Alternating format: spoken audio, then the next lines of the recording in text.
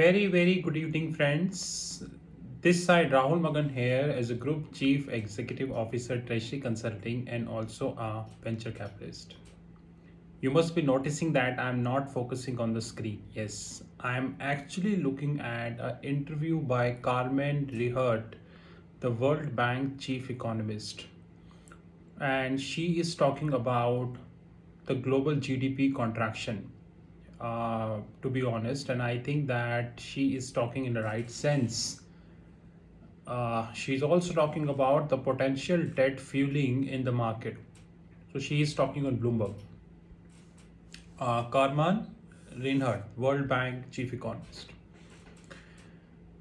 But before I proceed, let me remind you again that like any other YouTube video, our YouTube video also having um, a dialog box. In this dialog box, you are having a paragraph followed by a link. If you click on this link, then you will reach to the free groups of Treasury Consulting. Today, the topic is the perfect cocktail. And why I chose this topic, because I think that like in banking conferences, the first is the, I can say, a bit of networking followed by a natak by the bank. Natak means they will speak all senseless things, and followed by the cocktail. Cocktail means closure. Perfect cocktail is divided into three parts. As we speak, we are 19th October 2020, precisely 4:30 a.m. in the morning, Singapore. I think we are 70 days, roughly 70 days away from the new year 2021. And this time, new year would be very difficult because multiple sources suggest that Europe is going to face another strict lockdown during Christ period.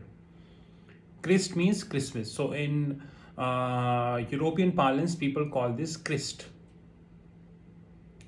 And we all understand that the e-commerce player in Europe, the big retail chains, and the business is heavily dependent on the Christmas sales. So if the Christ sale will either be zero or paltry, then it would next to impossible for hospitality sector at least to survive. And like any other Christ period, Europeans love to travel across the globe.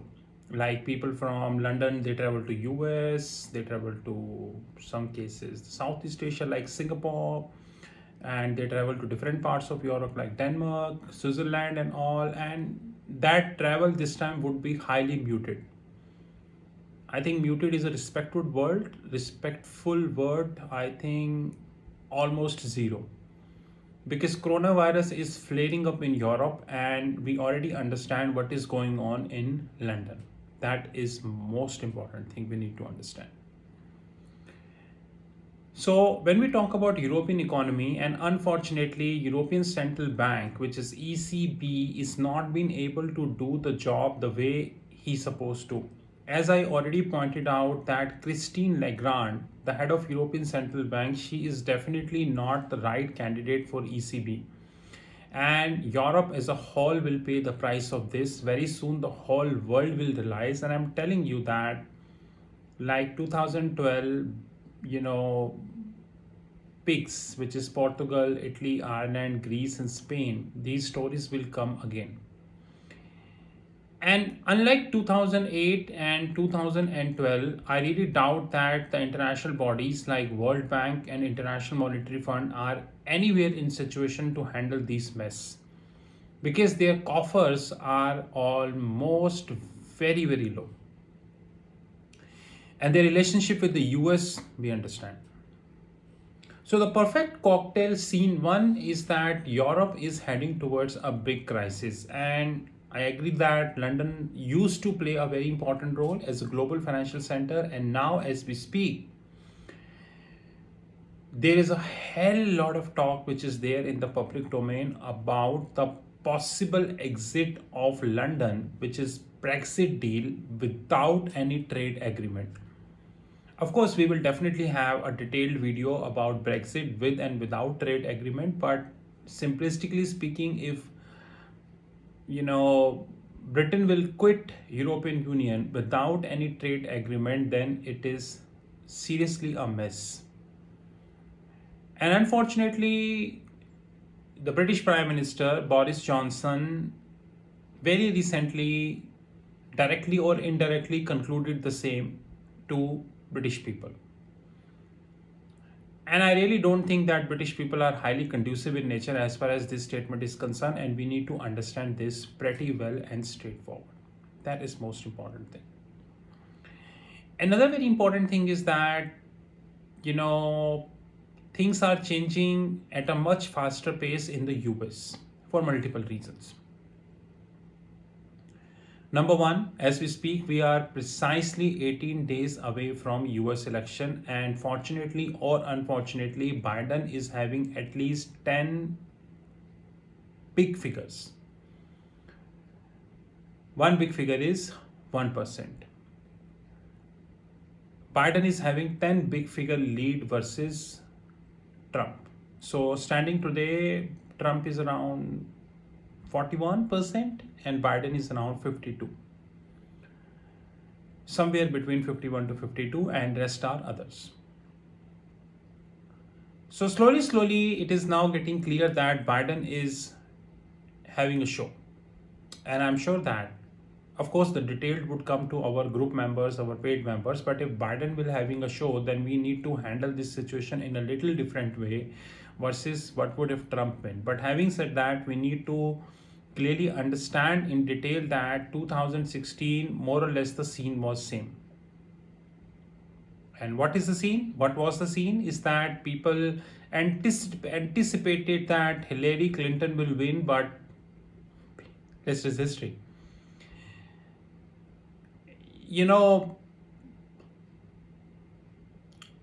Third is definitely the trade summaries and all these things which are there in public domain.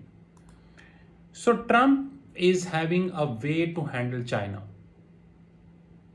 and I strongly feel that the way Trump handled China, I really doubt Biden can handle this, because handling China by Trump is 10 out of 10.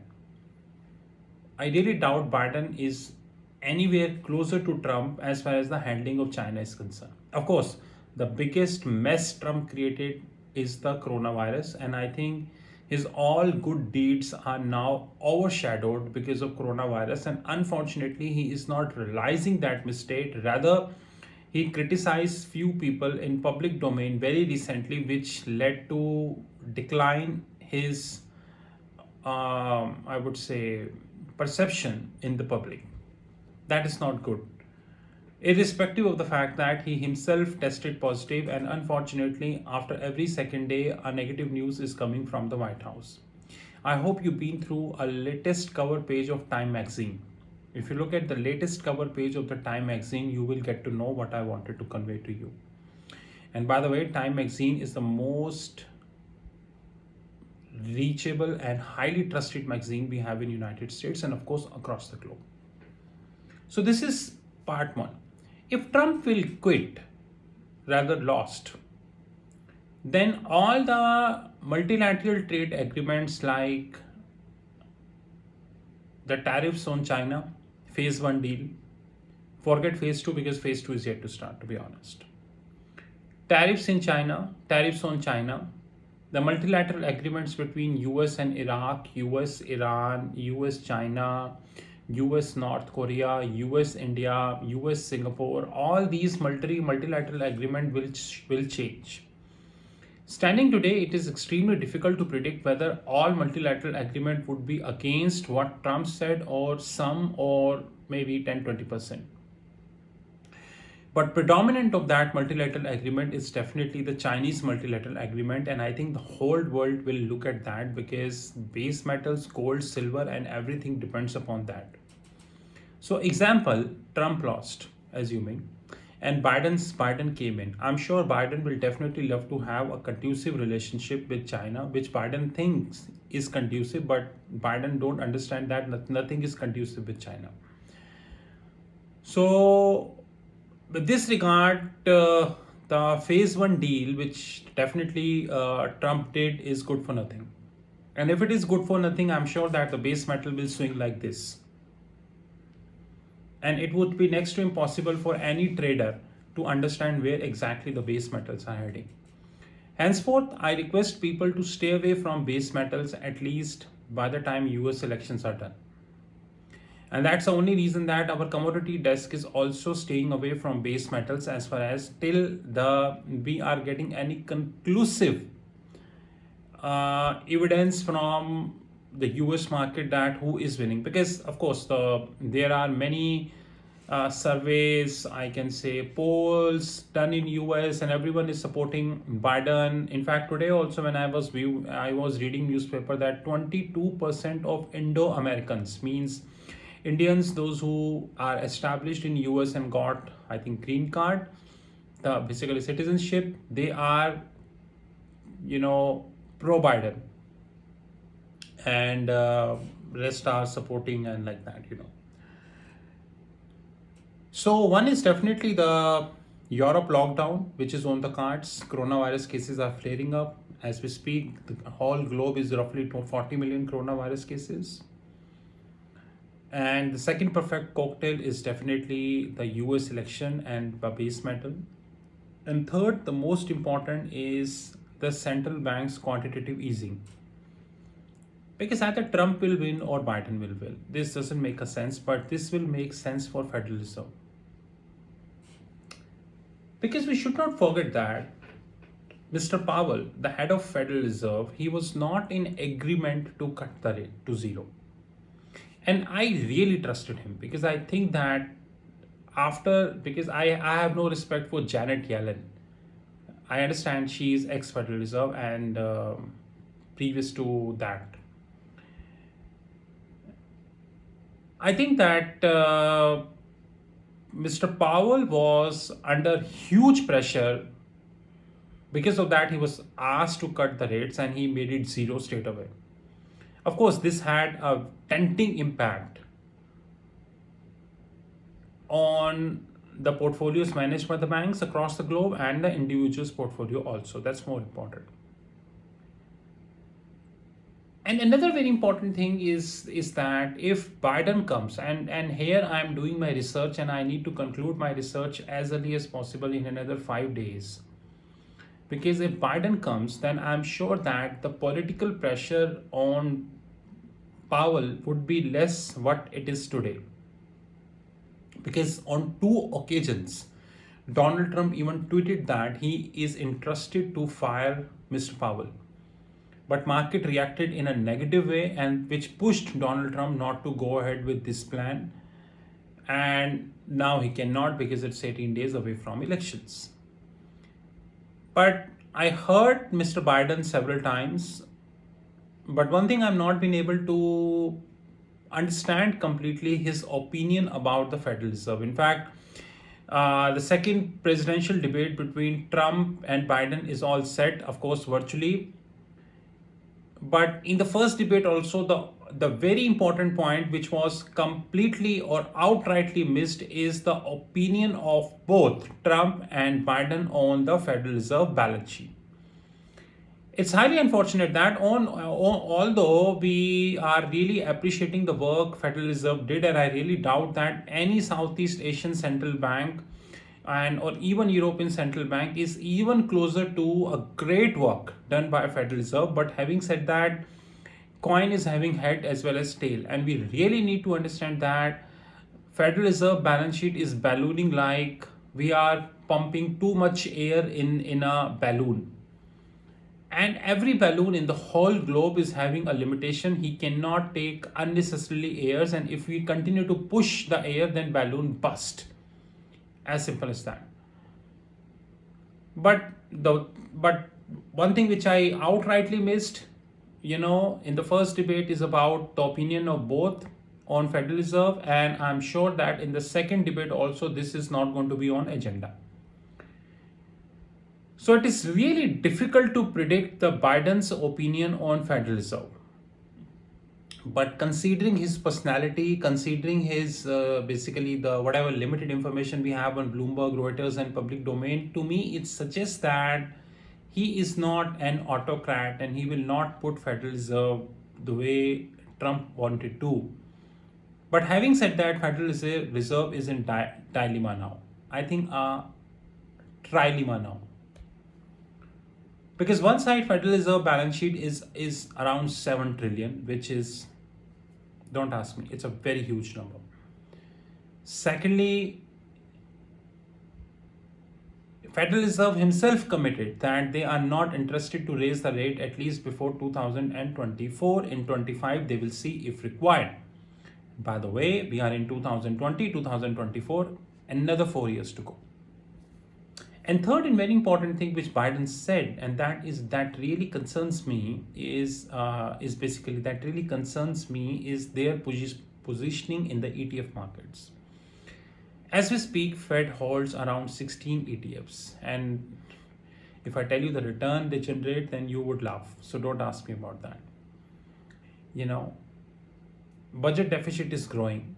If Biden comes, I'm not sure whether whether Federal Reserve will change their guidance and increase the rate, and if yes, then it's a 360-degree turn.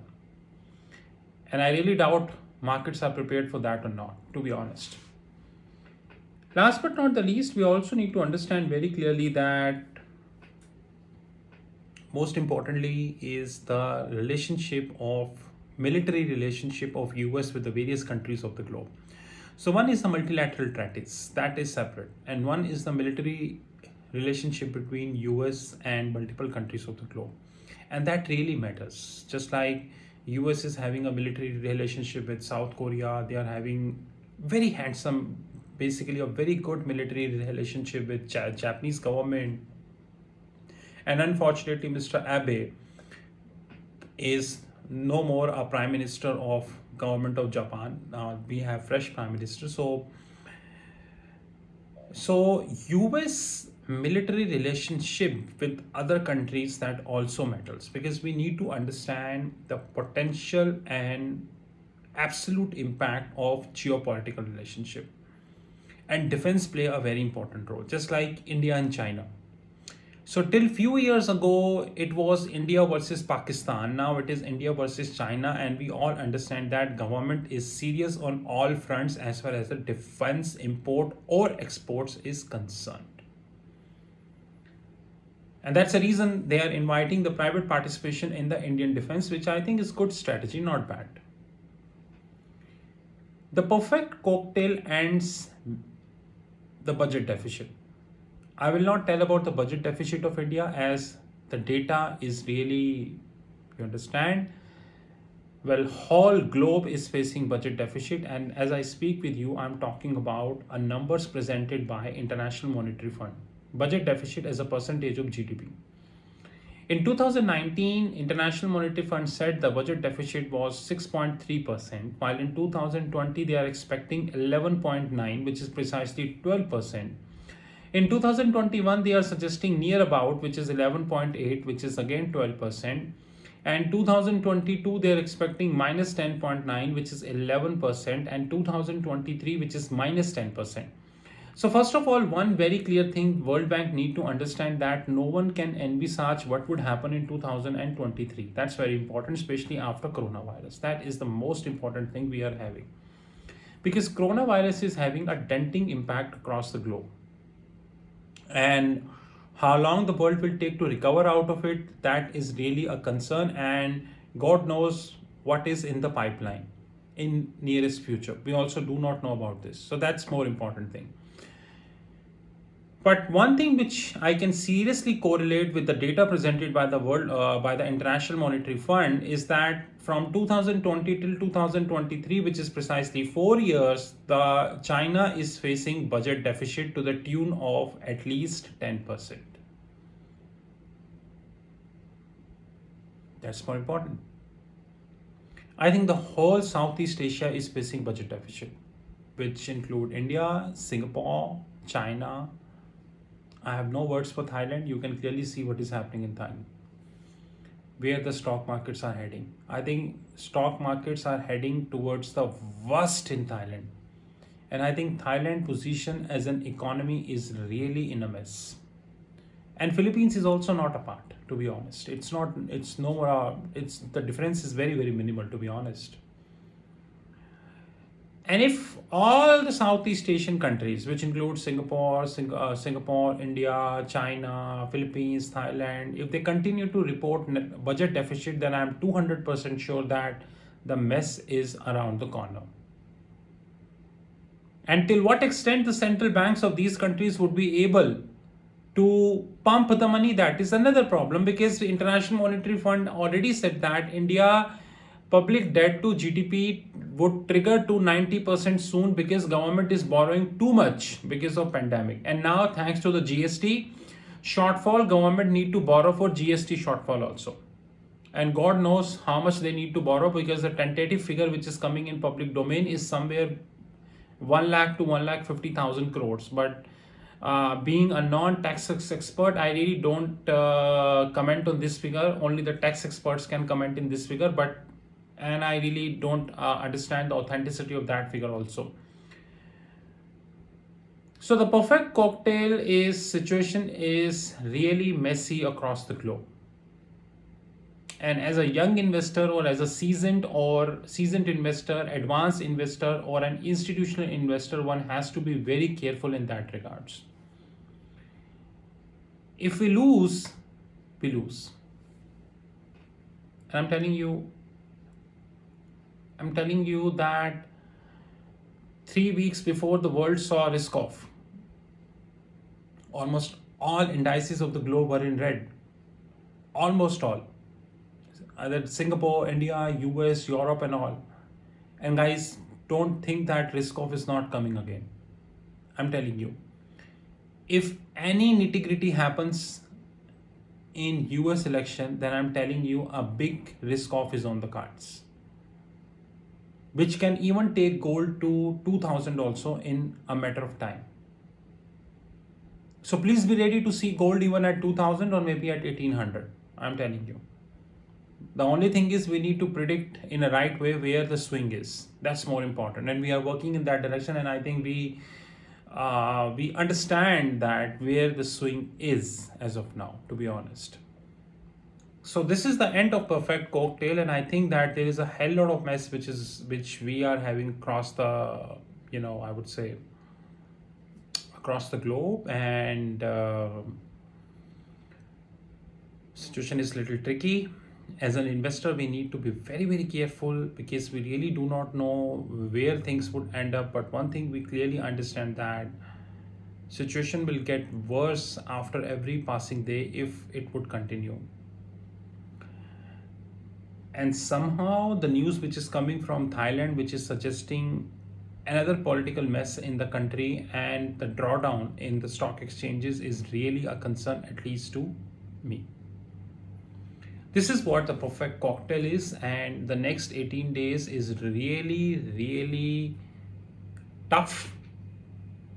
I have to admit this, and especially for Southeast Asia, we need to be very careful about that regards. And if we lose our focus, then we are bound to lose. That is very important thing. We need to understand upfrontly. This is Rahul Magan from Treasury Consulting. You know our WhatsApp 9818485155. In case you left with any question about our paid programs, about our hedge fund desk, about our Android app, our upcoming Apple app, about Motor Bike Club, or any other club which we are running, please WhatsApp us. Have a great time, sir. Thank you.